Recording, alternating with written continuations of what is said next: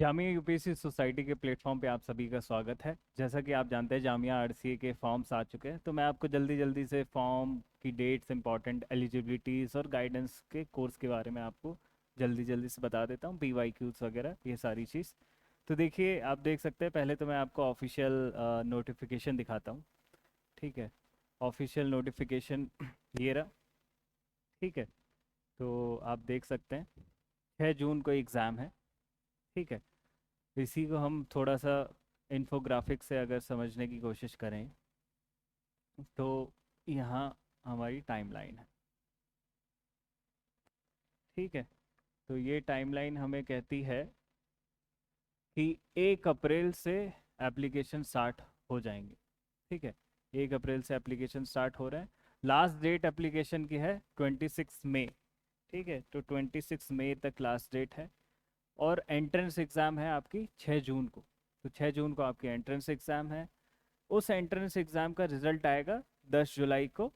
और फिर जुलाई अगस्त के बीच में इंटरव्यूज़ और एडमिशन प्रोसेस चलेगा।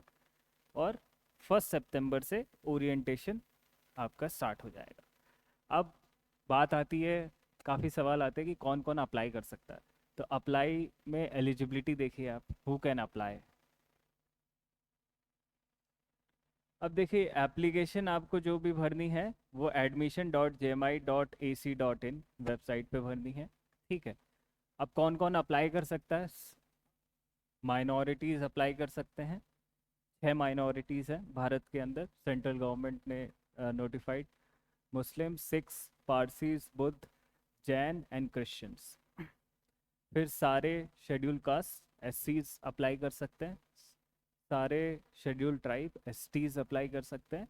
एंड सारी वुमेन, वुमेन कोई भी हो, किसी भी कैटेगरी से आती हो, जनरल से आती हो या ईडब्ल्यूएस किसी भी कैटेगरी से आती हो, सारी वुमेन अप्लाई कर सकती है।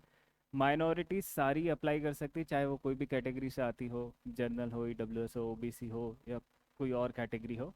बाकी एससी एंड एसटी सारे वो खुद में एक कैटेगरी है। तो these are eligible to apply.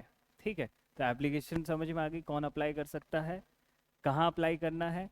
Plus इसके साथ साथ एक और एलिजिबिलिटी है कि ये कंडीशन तो फिलफिल होनी चाहिए, और साथ के साथ एक और कंडीशन फिलफिल होनी चाहिए। वो कंडीशन क्या है? वो कंडीशन ये है, जो भी एप्लीकेंट है वो, ये तो होना ही चाहिए जो हमने अभी समझ लिया। साथ के साथ graduate, plus should be eligible for 2027 की सिविल सर्विस एग्ज़ाम यूपीएससी के लिए। तो मतलब आपका ग्रेजुएट होना भी ज़रूरी है, प्लस आप 2027 की जो एग्ज़ाम है यूपीएससी की उसमें एलिजिबल भी होने चाहिए। तो एलिजिबिलिटी जो होती है एग्ज़ाम की वो यही होती है कि आप या तो फाइनल ईयर अपियरिंग हो 27 के, या ग्रेजुएट हो चुके हो, प्लस 21 ईयर्स ऑफ एज आपकी अचीव हो गई हो। तो ये बेसिकली आपकी एलिजिबिलिटी है। आपको एलिजिबिलिटी क्राइटेरिया समझ में आ गया होगा। फिर एग्ज़ाम के सेंटर्स कहाँ कहाँ हैं, आप देखेंगे ऑलमोस्ट 13 एग्ज़ाम के सेंटर्स हैं। 13 सिटीज़ में सेंटर्स हैं। ठीक है, आप देखें कि श्रीनगर की तरफ सेंटर है, जम्मू सेंटर है, दिल्ली सेंटर है, जयपुर में सेंटर है, बॉम्बे सेंटर है, बेंगलोर सेंटर है, कैलीकट में है, हैदराबाद में है सेंटर। ठीक है, नॉर्थ ईस्ट में आप देखेंगे गुवाहाटी में है। फिर आप देखेंगे पटना है सेंटर, रांची में सेंटर है, फिर कोलकाता में सेंटर है, और यूपी में आप देखेंगे तो लखनऊ में सेंटर है। तो 13 सिटीज़ में सेंटर है जहाँ पे एंट्रेंस एग्ज़ाम लगेगा। आप कोई भी सेंटर चूज़ कर सकते हैं फॉर्म भरते वक्त। ठीक है, एग्ज़ाम का पैटर्न। अब जो एग्ज़ाम है उसका पैटर्न क्या है, तो आप देखेंगे कि इसमें 2 पेपर होने वाले हैं। पेपर 1 जीएस जो कि ऑब्जेक्टिव नेचर का है, और ये 1 आवर का है। ठीक है, 1 घंटे का पेपर है। पेपर 2 जो कि ऐसे है, सब्जेक्टिव नेचर का है, और ये 2 आवर का है। ठीक है, तो पेपर 1 जो जीएस का है उसमें 60 एमसीक्यू बेस्ड क्वेश्चंस आएंगे, जो कि 60 मार्क्स का होगा। इसके अंदर जनरल स्टडीज़ के कुछ क्वेश्चंस होंगे और कुछ क्वेश्चन सी सैट के होंगे। जनरली 60 में से 11 10 के आसपास सी सैट के क्वेश्चन होते हैं, और बचे हुए जीएस के होते हैं। फिर ऐसे आपको 2 लिखने होंगे, 2 एसेस आपको लिखने होंगे। ठीक है, तो हर ऐसे जो होगा वो 30 मार्क्स का होगा। तो टोटल 60 मार्क्स के ऐसे होंगे, तो 30 × 2 तो बेसिकली 60 मार्क्स का आपका ऐसे होगा। फिर बाद में टॉप 900 लोगों का ऐसे एवेल्युएट होगा। कौन से टॉप 900 लोग? जो पेपर वन ऑब्जेक्टिव में जो टॉप 900 लोग आएंगे उनका ही ऐसे चेक होगा आगे जाके, बाकी लोगों का ऐसे चेक नहीं होगा, मतलब बाकी लोग फिर कंपटीशन से बाहर हो जाएंगे। ये होने के बाद टॉप 300 लोगों को, जब पेपर वन और ऐसे के मार्क्स पेपर टू के मार्क्स जोड़ लेंगे, तो जो टॉप 300 लोग होंगे इनका इंटरव्यू कॉल आएगा। ये इंटरव्यू कॉल के बाद इंटरव्यू के मार्क्स जोड़ के 100 लोग फाइनली सेलेक्ट होंगे। तो वैकेंसी कितनी है फाइनल? 100 वैकेंसी है।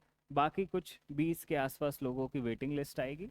इनमें से कोई अगर नहीं एडमिशन लेता है या नहीं आ पाता है किसी भी कारण से, तो वेटिंग लिस्ट में से जो बच्चे होंगे टॉप में उनको मौका दिया जाएगा, जितनी वैकेंसी होगी उसके बेसिस पे। ठीक है, तो ये आपका पूरा प्रोसेस है। बाकी कुछ charges, security deposit, hostel maintenance, mess fees वगैरह, ये थोड़ी बहुत कुछ चार्जेस हैं जो आपको वहाँ पे रह के देने पड़ेंगे। बाकी आप कोई डुअल कोर्स नहीं कर सकते या कहीं पे जॉब रहते हुए वहाँ नहीं आपको रेसिडेंशियली वहाँ पे रहना इम्पॉर्टेंट है, कंपलसरी है। ऐसा नहीं है कि आप कोई और डिग्री कर रहे हो साथ के साथ, या फिर आप कहीं जॉब भी कर रहे हो साथ के साथ, जामिया आरसीए में भी रह रहे हो। बाकी स्ट्रिक्ट अटेंडेंस, अगर आप एक वीक से ज़्यादा एब्सेंट हो जाते हैं बिना बताएं, बिना इन्फॉर्म किए, तो आपकी सीट फोरफीट की जा सकती है, मतलब आपका एडमिशन कैंसिल किया जा सकता है। तो ये इन्फोग्राफिक से हमने कुछ चीज़ें जो थी मोटी मोटी सब समझ ली। वही सेम चीज़ें आप देखेंगे यहाँ पे दे रखी है। ठीक है, तो वही 13 सेंटर। अब जो पेपर होता है, जो दोनों पेपर अभी हमने देखे, इनकी लैंग्वेज क्या क्या होती है? ये इंग्लिश में भी होता है, हिंदी में भी होता है और उर्दू में भी होता है। तो पेपर तीनों लैंग्वेज में आपको मिलेगा। आप जो भी लैंग्वेज से लिखना चाहें, आप फॉर्म भरेंगे वहाँ पे आपसे लैंग्वेज पूछ लेगा। ठीक है, 3 घंटे का पेपर है, ये हमने देख लिया था। 3 घंटे में हमने ये देख लिया था कि पेपर वन जो है 1 घंटे का था और पेपर टू 2 आवर्स का था। ठीक है, पेपर वन में 60 क्वेश्चंस थे, ये हमने देख लिया था। फिर पेपर टू में दो ऐसे थे, दोनों 30 मार्क्स के थे। ठीक है, तो टोटल 60 आ रहा था, 30 × 2 60। ठीक है, ऐसे कॉपी सिर्फ टॉप 900 स्टूडेंट्स की इवेलुएट होगी। फिर इंटरव्यू होगा, 300 लोगों को बुलाया जाएगा, इंटरव्यू के मार्क्स होंगे 30। ठीक है, और एक चीज़ जो जानने वाली है कि 5% सीट जो कि रिजर्व रहेगी फिजिकली हैंडीकैप्ड कैंडिडेट्स के लिए, as per the reservation policy of Jamia Millia Islamia. ठीक है, तो ये मोटी मोटी ये सारी बातें हैं। और बाकी ये कुछ at the time of admission security deposit 700 और hostel maintenance charges and mess charges, ये सब आप वहाँ पे जब एडमिशन मिलेगा आपको, तो वहाँ पे आपको ये सब चार्जेस रेगुलरली पे करने पड़ेंगे।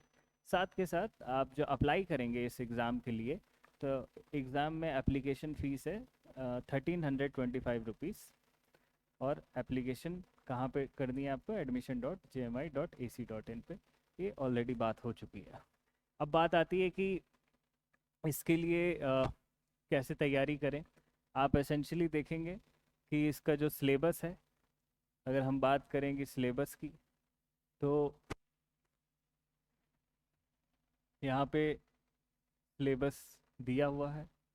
Syllabus JMI RCA entrance exam का जो सिलेबस होता है वो यूपीएससी प्रीलिम्स का सिलेबस प्लस यूपीएससी ऐसे का सिलेबस,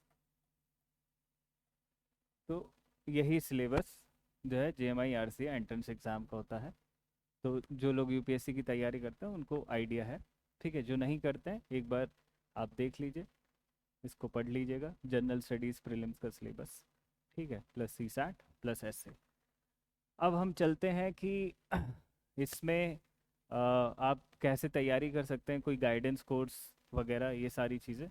तो मैं आपको बता देता हूँ कि Jamia UPSC society in association with बनो आईएएस, तो हम एक जामिया आरसीए एंट्रेंस 2026 के लिए PYQ डिस्कशन का एक कोर्स ला रहे हैं। हमारे पास दूसरा एक गाइडेंस कोर्स भी है ऑलरेडी, जो कि हम 2023 से करते हुए आ रहे हैं और काफ़ी बच्चे वहाँ से निकलते हैं।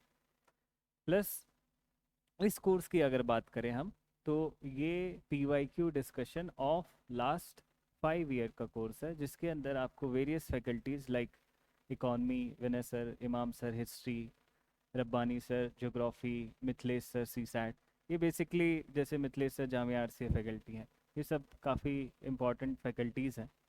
सो फिर Devendra sir current affair, Amit sir polity, Mukarram sir ऐसे, Ashish sir science and tech environment. तो इन सब के PYQs को आपको डिस्कस करेंगे 5 साल के। द आइडिया ये है बेसिकली कि आप PYQs के थ्रू आपका रिवीजन होना, प्लस आपका PYQs के थ्रू अंडरस्टैंड कर पाना कि इस एग्ज़ाम की एग्जैक्ट नीड क्या है, डिमांड क्या है। तो ये, तो इसमें आपको मिलेगा क्या क्या, लाइव ऑनलाइन डिस्कशन होगा, वीकेंड्स पे डिस्कशन होगा, जनरली सैटरडे एंड संडेज। फिर आपको जामिया आरसीए PYQ की बुक की PDF, जिसके अंदर 5 साल के क्वेश्चंस और उनके सॉल्यूशंस होंगे, वो आपको इसमें प्रोवाइड होगी। 4 ऐसे के टेस्ट होंगे, उनका डिस्कशन होगा। अगर आपको ऐसे का एवेल्यूशन करवाना है तो उसके लिए एक सेपरेट चार्ज होगा, क्योंकि एवेल्यूशन में रिसोर्सेज लगते हैं, लोग तो कंपनसेट करने के लिए एवेल्यूशन कॉस्ट को एक डिफरेंट चार्ज होगा, वो आ जाएगा आपके पास। ये जल्द ही आपके पास 2-3 दिन के अंदर इस कोर्स के बारे में जो और जानकारियाँ हैं वो आ जाएंगी। प्लस आपको 150 इंपॉर्टेंट करंट अफेयर के टॉपिक्स, इन पे डिस्कशन होगा, और important critical major areas GS के और CSAT के, उसकी आपको एक लिस्ट दी जाएगी।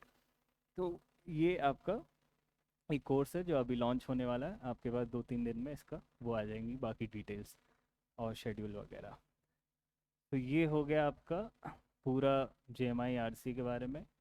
अब कुछ लोगों का ये आता है कि सर क्या इसमें हिंदी मीडियम के बच्चों के लिए भी कोचिंग होती है? तो मैं आपको बताता हूँ कि हिंदी मीडियम की ऐसा सच कोई अलग से हिंदी मीडियम की कोई क्लास नहीं होती है जामिया आरसी के अंदर। और कोचिंग भी पूरी प्रॉपर, जैसे आप GS फाउंडेशन जो कोचिंग होती है बाहर इंस्टीट्यूट्स वगैरह में, वैसी कोचिंग नहीं होती है। स्पेशल सेशंस होते हैं कुछ GS पे, कुछ ऐसे राइटिंग पे, कुछ CSAT पे। प्रॉपर वो फाउंडेशन पे जो 1200-1300 घंटे की जो क्लास होती है, वो वैसी क्लासेस नहीं होती हैं। क्योंकि जामिया आरसी में जो भी पहुंचता है, एडमिशन ले पाता है, वो ऑलरेडी बहुत मेरिटियस स्टूडेंट है, बहुत ऑलरेडी मेधावी छात्र होता है, और ऑलरेडी वो सारा अपना सिलेबस पहले से ही कर चुका होता है, तभी वो जामिया आरसी एंट्रेंस एग्ज़ाम और इंटरव्यू क्रैक कर पाया है। तो उन सब बच्चों को जो ऑलरेडी सब कुछ पढ़ चुके हैं, वो दोबारा से फाउंडेशन कोर्स नहीं करते हैं। तो इसलिए जामिया आरसी भी मतलब ऐसी कोई प्रॉपर फाउंडेशन कोर्स की क्लासेस नहीं देता है। ठीक है। इनफैक्ट जामिया आरसी नोटिफिकेशन में भी स्पेसिफिकली बोलता है कि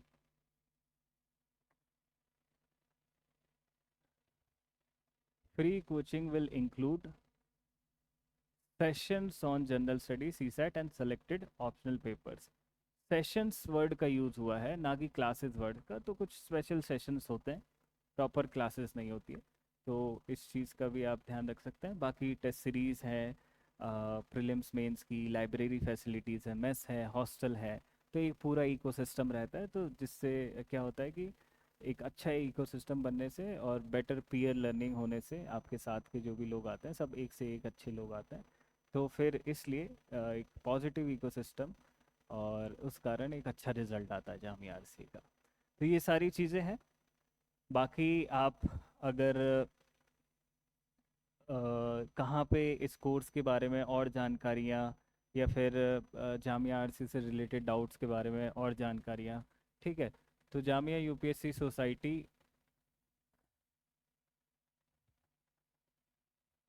का टेलीग्राम चैनल, वहाँ आप जा सकते हैं।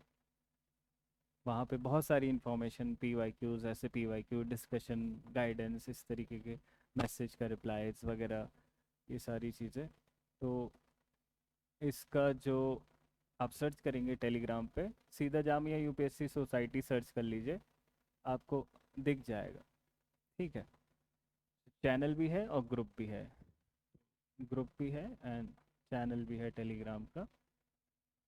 फिर कुछ जानकारी आप हमारे यूट्यूब पे, जामिया यूपीएससी सोसाइटी का यूट्यूब, उस पे आप प्राप्त कर सकते हैं।